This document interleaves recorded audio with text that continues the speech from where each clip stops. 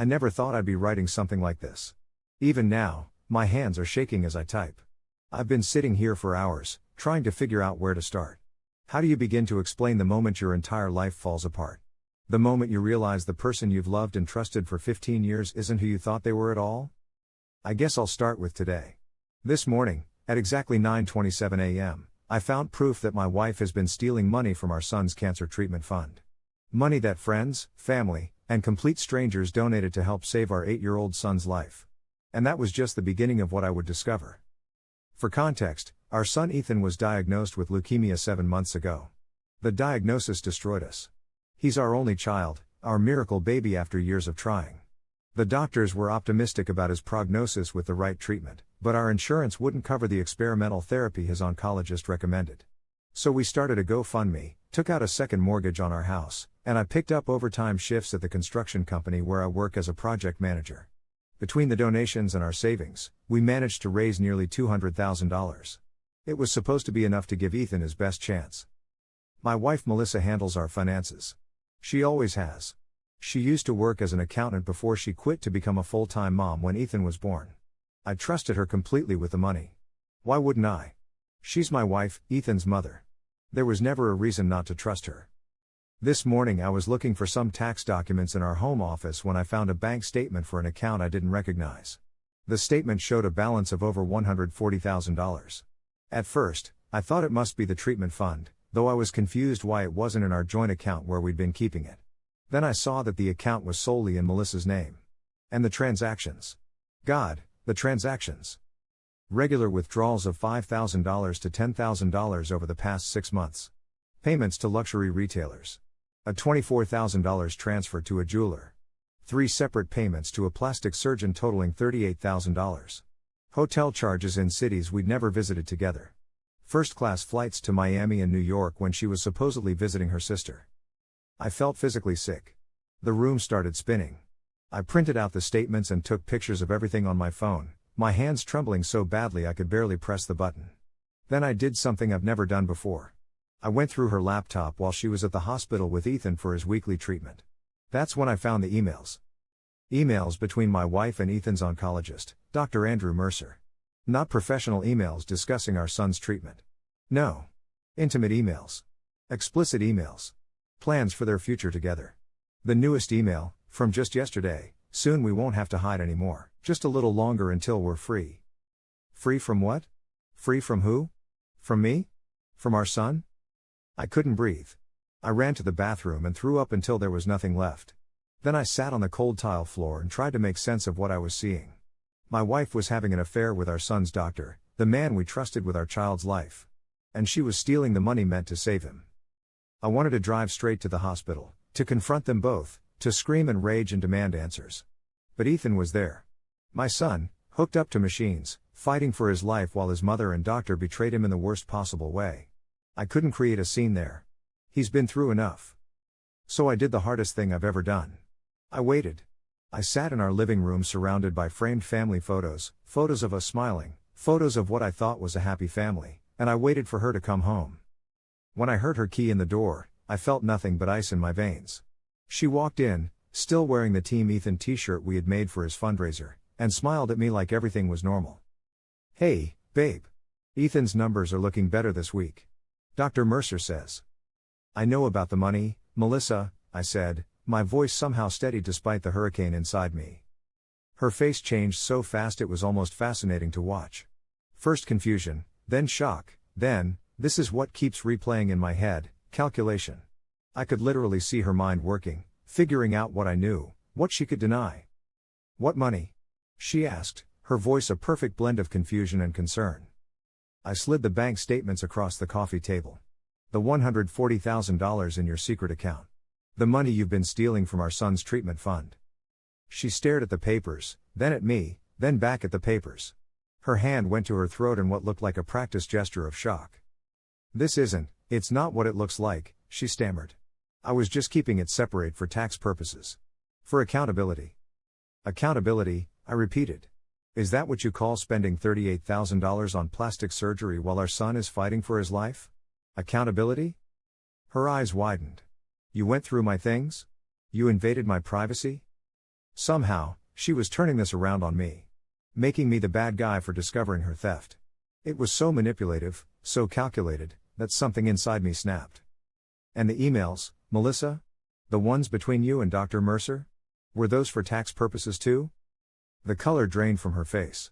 For a moment, just a moment, the mask slipped, and I saw something ugly underneath. Something cold and selfish that I'd never seen in the 15 years we'd been together. Then the tears started. Big, theatrical sobs that shook her shoulders and made her mascara run. I made a mistake, she cried, reaching for my hand. I pulled away like her touch would burn me. It didn't mean anything. I've been under so much stress with Ethan being sick. You have no idea what it's been like for me. For her? Our son is the one with cancer. Our son is the one suffering through chemotherapy, through pain and nausea and fear no child should ever know. And she's talking about her stress? Where is the rest of the money, Melissa? I asked, ignoring her tears. There should be almost $200,000. Where's the other $60,000? She wiped her eyes, smudging her makeup further. Some of it went to treatments. And there were other expenses. Hotels near the hospital, special foods Ethan could keep down. Stop lying, I shouted, making her flinch. I know exactly what the hospital bills were. I know what we've spent on Ethan's care. Stop lying. She looked at me with red-rimmed eyes. What are you going to do? I'd been asking myself the same question since I found those bank statements. What was I going to do? Call the police on the mother of my sick child? Drag our family through a public scandal that would devastate Ethan? But how could I let her get away with this betrayal? I'm calling Dr. Mercer's wife, I said, pulling out my phone. I'm calling the hospital administration. I'm calling our family and friends who donated to Ethan's fund. I'm telling everyone what you've done. She lunged for my phone, panic in her eyes. You can't. Please, you can't do that. Think about Ethan. I am thinking about Ethan, I roared. I'm the only one who is. You stole from him. You stole his chance at life to buy jewelry and get a facelift. It wasn't a facelift, she whispered. It was. Other procedures. I stared at her, really looked at her for the first time in months. The fuller lips. The higher cheekbones. The perfect teeth that I'd attributed to an expensive whitening treatment. She'd been literally changing her appearance while our son was fighting for his life. Get out, I said, my voice deadly quiet. Pack a bag and get out of this house. You can't throw me out, she said, her tone suddenly changing from pleading to cold. This is my house too. And Ethan needs his mother. What Ethan needs is the money you stole to save his life. What he needs is a mother who puts him first. Not whatever you are. She looked at me with hatred then. Pure, undisguised hatred. You have no idea what I've sacrificed for this family. For that child. 15 years of my life, my career, my body. And what do I have to show for it? A husband who works constantly and a kid who might die anyway. I physically recoiled from her words. In that moment, she was unrecognizable to me. A stranger wearing my wife's face. If you don't leave, I said, I'm calling the police. Right now. Theft, fraud, embezzlement. Take your pick. She must have seen the resolve in my eyes because she stormed upstairs. I heard drawers slamming, closets opening and closing. 20 minutes later she came down with 2 suitcases. This isn't over, she said at the door. You have no idea who you're dealing with. Then she was gone, peeling out of our driveway in her Mercedes SUV, another expense I now questioned. I sat in silence for a long time after she left. The grandfather clock in our hallway ticked loudly in the quiet house. Outside, I could hear neighborhood kids playing, their laughter a surreal counterpoint to the destruction of my life happening within these walls. Finally, I picked up my phone and called Dr. Mercer's office. His receptionist told me he was with a patient but could call me back. I said it was urgent, about my son. 5 minutes later, my phone rang. Eric, he said, his voice professionally concerned. Is everything all right with Ethan? I know about you and Melissa, I said without preamble. I know about the affair, and I know about the money. Silence on the other end. Then a careful, measured response, I think we should meet in person to discuss this. Not at the hospital. Fine. The Starbucks on Oakwood. 1 hour. I hung up before he could respond. I arrived early and chose a table in the corner, away from other customers. When he walked in, dressed in an expensive suit with his perfect salt and pepper hair, I felt a surge of hatred so strong it took my breath away. This man had been treating my son for months. Looking me in the eye, shaking my hand, giving me updates on Ethan's condition, all while sleeping with my wife and possibly helping her steal the money meant to save our child's life. He sat down across from me, his face grave. Eric, I want to start by saying how deeply sorry I am. Save it, I cut him off. I don't care about your apologies. I want to know if you helped her take that money. He shook his head quickly. No. Absolutely not. I had no idea about any financial improprieties until Melissa mentioned some concerns last week. Concerns, I repeated flatly. He looked uncomfortable. She said she was worried the experimental treatment wasn't working as well as expected and that she might have reallocated some funds for a backup plan. A backup plan that included plastic surgery and luxury hotels? He winced. I didn't know the details. She just said she was exploring alternative options. I leaned forward, lowering my voice to avoid the attention of nearby customers. Here's what's going to happen. You're going to transfer Ethan's care to another doctor, the best one, not just whoever's available. You're going to make sure his treatment continues without a single hiccup. And you're going to tell your wife, your boss, and the medical board exactly what you've done. His face paled. Eric, please. My career. Should have thought about that before you started fucking your patient's mother and compromising his care, I hissed. And if I find out you knew about the money all along, I will personally make sure you never practice medicine again. I stood up, not waiting for his response. As I walked out, I heard him call my name, but I didn't turn around. In the parking lot, I sat in my car and finally broke down, sobbing against the steering wheel like a child. How had everything gone so wrong? How had I not seen any of this coming? When I could breathe again, I called my parents. They live 3 hours away and have been helping with Ethan when they can. My mom answered, and I could hear the TV in the background, some game show with enthusiastic contestants. Eric? Everything okay, honey? No. Nothing was okay. Nothing would ever be okay again. But I needed to hold it together. Mom, I need you and Dad to come stay with us for a while. Melissa and I are having some serious problems, and I need help with Ethan. There must have been something in my voice because she didn't ask questions. We'll pack right now. Your father's already getting the suitcases. After I hung up, I drove to the hospital. I needed to see my son, to remind myself what I was fighting for. Ethan was in his usual room, sitting up in bed with his tablet, playing some game that involved a lot of colorful explosions. His hair was gone from the chemo, his skin pale and thin like paper, but his smile when he saw me was as bright as ever. Dad. I beat level 42. The one with the lava zombies. I sat beside him and let him show me his game, making all the right impressed noises while my mind raced. How was I going to explain his mother's absence? How was I going to make sure his treatment continued? How was I going to get that money back? Where's Mom? He asked eventually, setting down his tablet. She had to go away for a little while, I said carefully. Grandma and Grandpa are coming to stay with us instead. Is that okay? He nodded, unfazed in the way kids sometimes are by major changes. Grandpa said he'd bring his Nintendo Switch next time. Can we play Mario Kart when I get home? Absolutely, I promised, throat tight. As much Mario Kart as you want. I stayed until he fell asleep, then went to find his nurse.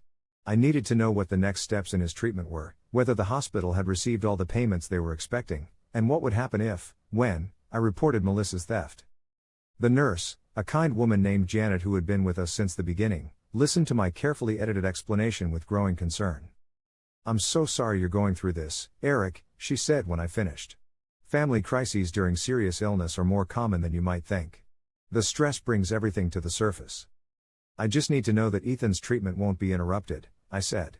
And I need to know how much we've actually paid and what's still outstanding. She nodded. Let me get our financial counselor to meet with you. And don't worry, even if there are payment issues, we never stop treatment for a child in active cancer care. We find ways to make it work. The financial counselor was able to show me the payment history.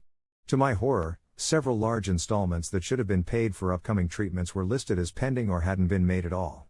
Melissa had told me everything was taken care of. Another lie.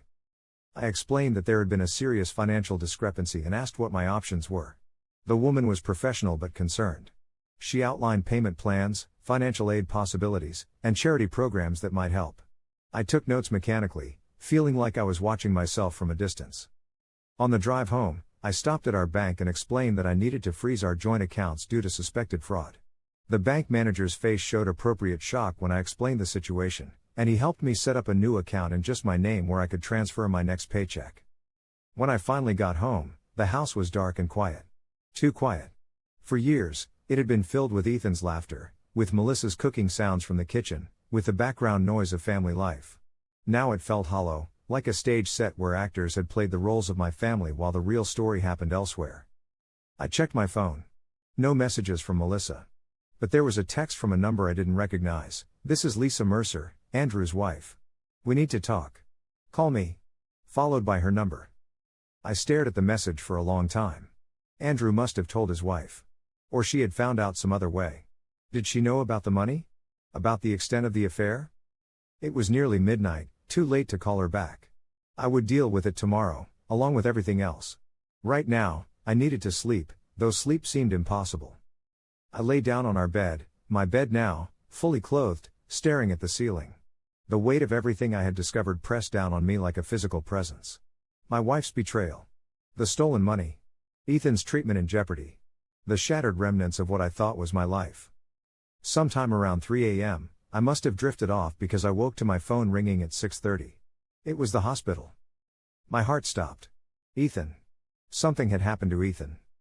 "Hello?" I answered, voice rough with sleep and fear. "Mr. Davidson? This is night security at Memorial Children's. There's been an incident involving your wife." "What? What happened? Is Ethan okay?" I was already out of bed, grabbing for my jeans. "Your son is fine, sir. But Mrs. Davidson attempted to remove him from the hospital about an hour ago, against medical advice. When staff intervened, she became belligerent. We've had to call the police." The room tilted sideways. "She tried to take him? Where?" "She wouldn't say, sir. She was not in a rational state. We have your son safe in his room with additional security. The police would like you to come in as soon as possible." I was in my car within minutes, speeding toward the hospital, my mind racing. What was Melissa thinking? Where was she planning to take our critically ill son in the middle of the night? Was this connected to the money? To Dr. Mercer? When I arrived, the hospital entrance was flanked by police cars, their lights flashing silently in the early morning darkness. Inside, I was directed to the security office where 2 officers were waiting with the hospital administrator and, to my surprise, Dr. Mercer. "What's he doing here?" I demanded, pointing at the doctor. The older of the 2 officers, a sergeant with gray at his temples, stepped forward. "Dr. Mercer was called in when the incident occurred, as he's your son's physician of record. Mr. Davidson, I'm Sergeant Heller. Can you tell us if you were aware of your wife's plans to remove your son from the hospital?" "No," I said firmly. "Absolutely not. I would never agree to interrupting his treatment. He's in the middle of a critical phase of his chemotherapy." Dr. Mercer nodded, his face professionally composed, though I could see tension around his eyes. "That's correct. Removing Ethan right now would be extremely dangerous to his health." "Where is my wife now?" I asked. "She's been taken to the station for processing," Sergeant Heller said. "The charges are currently attempted child endangerment and assaulting a nurse." "She assaulted someone?" I couldn't imagine Melissa, who apologized if she accidentally bumped into strangers at the grocery store, physically attacking anyone. The hospital administrator, a stern woman in a tailored suit despite the early hour, nodded. When Nurse Martinez attempted to stop her from disconnecting Ethan's 4, Mrs. Davidson struck her in the face. "It's all on our security cameras." I sank into a chair, overwhelmed. "I need to see my son." "Of course," the administrator said. "But first, we need to discuss the security measures we're implementing. Dr. Mercer has informed us of some concerning aspects of your family's situation that may pose an ongoing risk." I shot a look at Mercer, wondering exactly what he had told them. He avoided my eyes. "Given the circumstances," the administrator continued, "we're implementing a strict visitor protocol for Ethan's room. Only pre-approved individuals will be allowed access, and ID will be checked each time. We're also moving him to a room closer to the nurse's station." I nodded numbly. "His grandparents are driving in today. They'll need access. We can add them to the approved list once they arrive. Is there anyone else who should have access? Or anyone specifically who should not have access?" The question hung in the air. They were asking if I wanted to formally bar Melissa from seeing our son. "My wife should not be allowed anywhere near Ethan," I said finally, the words tasting like ash. "Not until this is resolved legally." After providing my parents information and answering more questions about Melissa's state of mind and recent behavior, I was finally allowed to see Ethan. He was still asleep, unaware of the night's drama. A security guard sat outside his door, nodding respectfully as I entered. I sat beside my son's bed, watching the rise and fall of his chest, the medical machines beeping reassuringly around him. What would I tell him when he woke up? How could I explain that his mother had tried to kidnap him from the hospital? That she had stolen the money meant to make him better? My phone buzzed with a text. Lisa Mercer again, heard what happened. Meeting more urgent now. Coffee shop across from hospital, 9 a.m.? I texted back a simple okay and continued my vigil at Ethan's bedside. When he woke up around 8:30, he was groggy but smiling. Dad? You're here early. Just missed you, buddy, I said, forcing a smile. How are you feeling? Kinda sick, he admitted. But Nurse Janet says I can have popsicles for breakfast if I want. That sounds like a good deal to me. Where's Mom? He asked, looking toward the door. She said she'd bring my new Lego set today. My heart broke a little more. Mom's not going to make it today, she's not feeling well.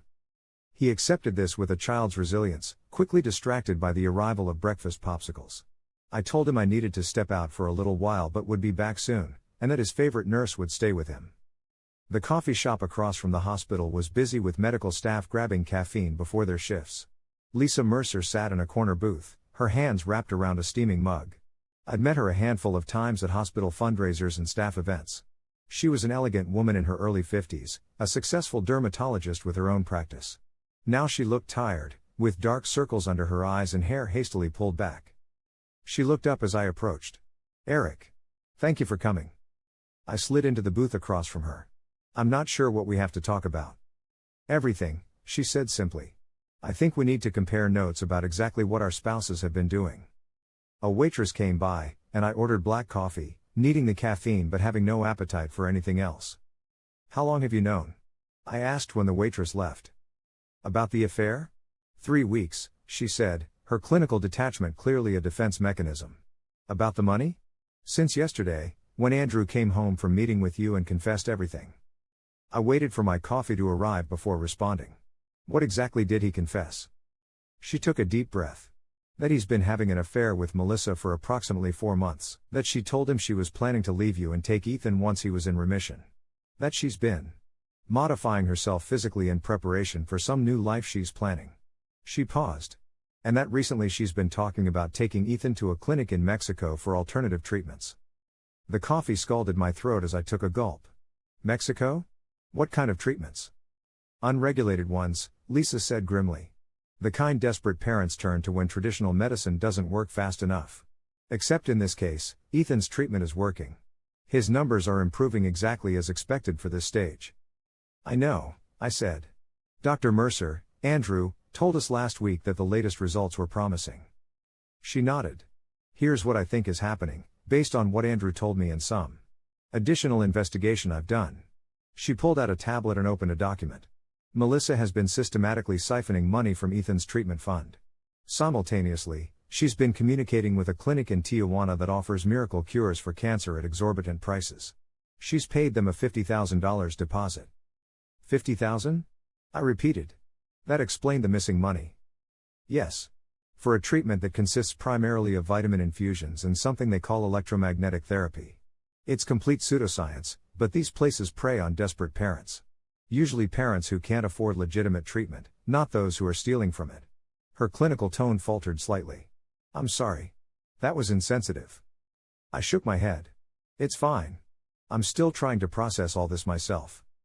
The plan, as far as I can tell, was to take Ethan to this clinic, claim a miraculous recovery, and use that as a springboard for some sort of wellness business. There are emails about book deals, speaking engagements, a potential skincare line based on the miracle treatments that saved her son. Her disgust was evident. Meanwhile, Andrew would leave me, join them after a suitable interval, and provide medical credibility to their claims. I felt physically ill. She was going to use our son's cancer as a business opportunity?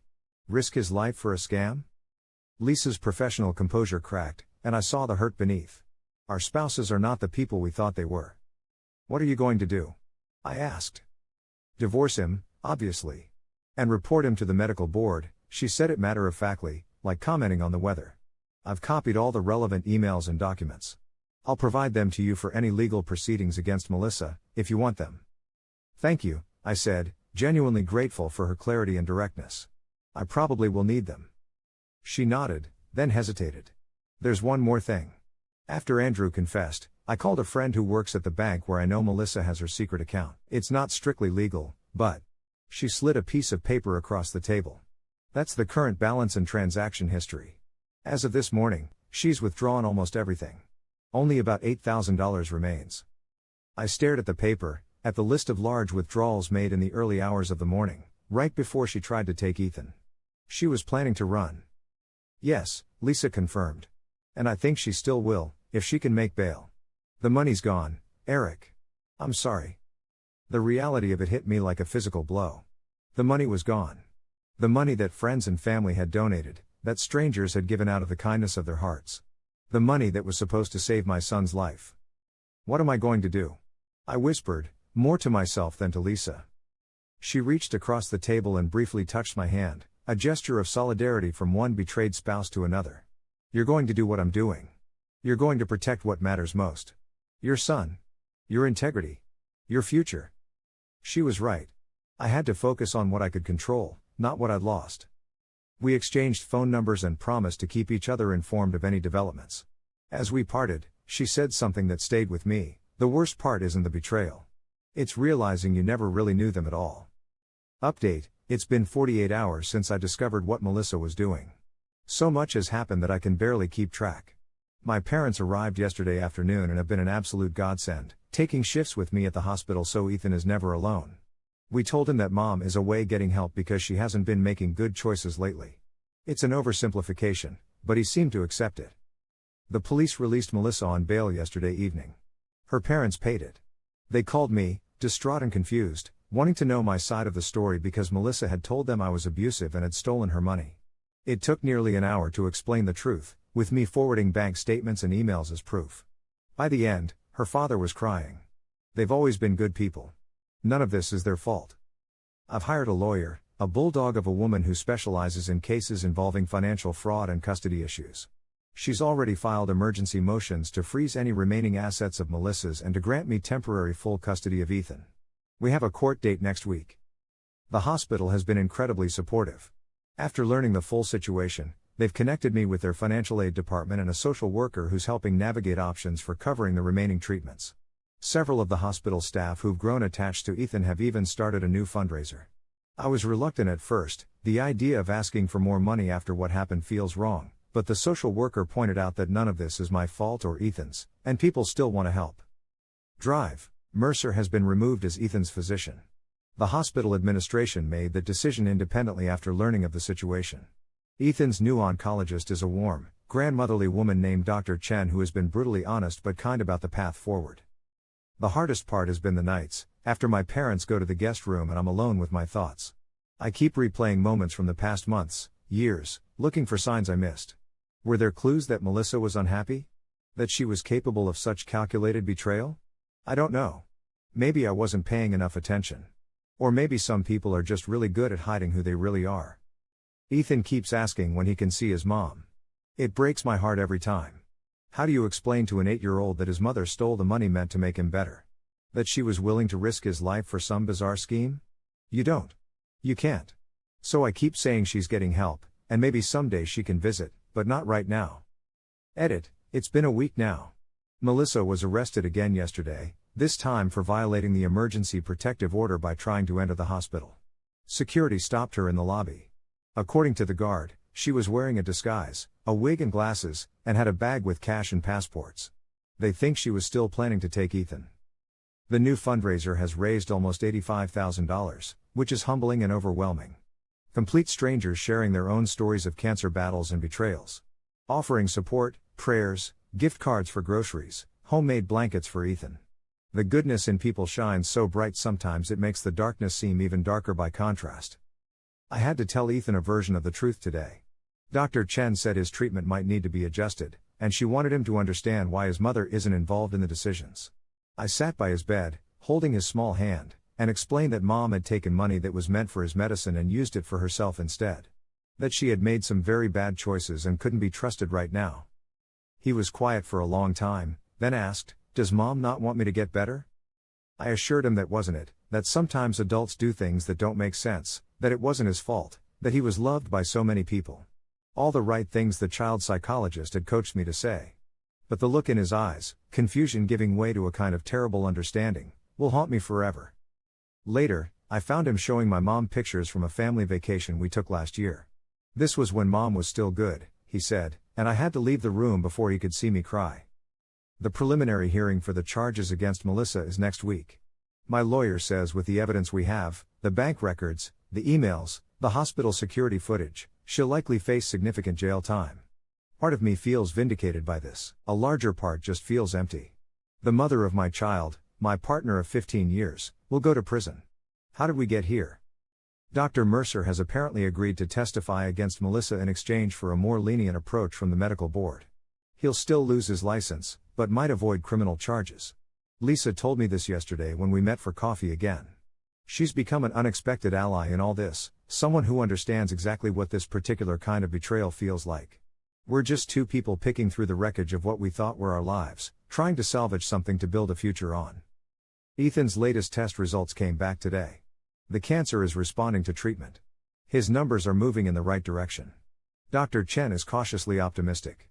It's the first genuinely good news in what feels like forever. Tonight, after Ethan fell asleep, I sat by his hospital bed and made him a promise. I promised that no matter what happened with his mom, no matter what financial challenges we faced, no matter how hard things got, I would be there. Steady. Reliable. Honest. The parent he deserves. The parent I thought we both were. I don't know what the future holds for us. I don't know if Melissa will ever truly understand the magnitude of what she's done, to Ethan, to me, to our family. I don't know if I'll ever understand what was going on in her mind, what combination of selfishness and delusion and maybe even mental illness led to this catastrophic series of choices. What I do know is this: love isn't always enough. Trust, once broken, may never fully heal. But every day we have a choice about who we want to be and what we're willing to fight for. I choose Ethan. I choose honesty. I choose the harder path of rebuilding from nothing rather than living with lies. If you're reading this and wondering how someone you love could betray you so completely, I don't have any wisdom to offer. I'm still figuring it out myself. All I can say is that even in the darkest moments, and there have been some very dark ones lately, there is still light to be found. In the kindness of nurses who sneak extra desserts onto Ethan's tray. In my parents dropping everything to help us. In strangers donating to give a sick child they've never met a fighting chance. Maybe that's what I'm holding on to right now. Not the betrayal, though it's still a raw wound that bleeds at the slightest touch. But the reminder that for every person capable of unimaginable selfishness, there are countless others capable of breathtaking generosity. And maybe, just maybe, that's enough to build a new life on.